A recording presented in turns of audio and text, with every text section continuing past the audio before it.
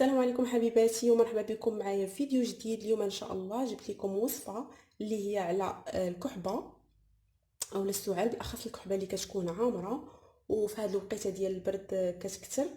المهم انا جبت جوج ديال الوصفات باش اللي ما توفرش عنده المكونات ديال الوصفه الاولى يستعمل الوصفه الثانيه. الوصفه الاولى عندي فيها هنايا معلقه ديال الكمون بلدي تكونوا طاحنينه على يديكم ماشي تشريوه. وعندي هنا زيت البلديه، كنعاود نذكر انها تكون زيت حره. عندي هنا معلقه غادي نضيف عليها الزيت،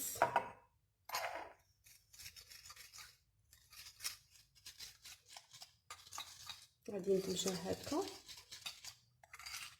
وصفه بسيطه ومجربه، صدقوني انكم الا واظبتوا على غير 3 ايام غادي يسنيكم من الكحبه.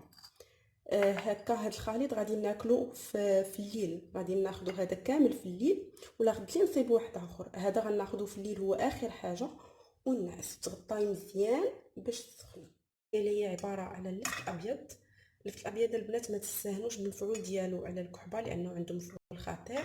عندي هنا انا جوج نقيتهم من قبل، غادي نحكم بالحكاكه دقيقه.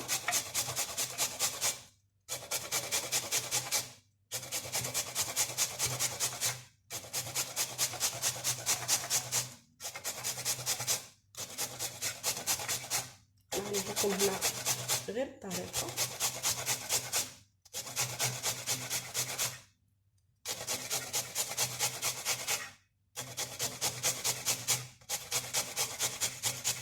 نعتذر على الصوت لكن مزعج، غادي نخلي هذه عشان نكملها من بعد.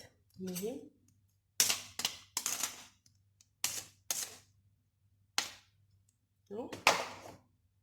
غادي ناخذ قرعه ديال الزاج. انا عندي هذه هنا كبيره ما لقيتش وحده صغيره، وغادي نديرو فيها هاد الشيء اللي حكينا، وغادي نضيف عليه السنيده.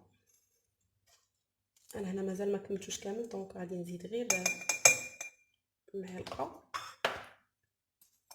وغادي نسدو عليه البنات ونخليه في شي بلاصه نديرو الماء. لا غدليه غادي نلقاوه ولا بحال السيرو ونستعملوه.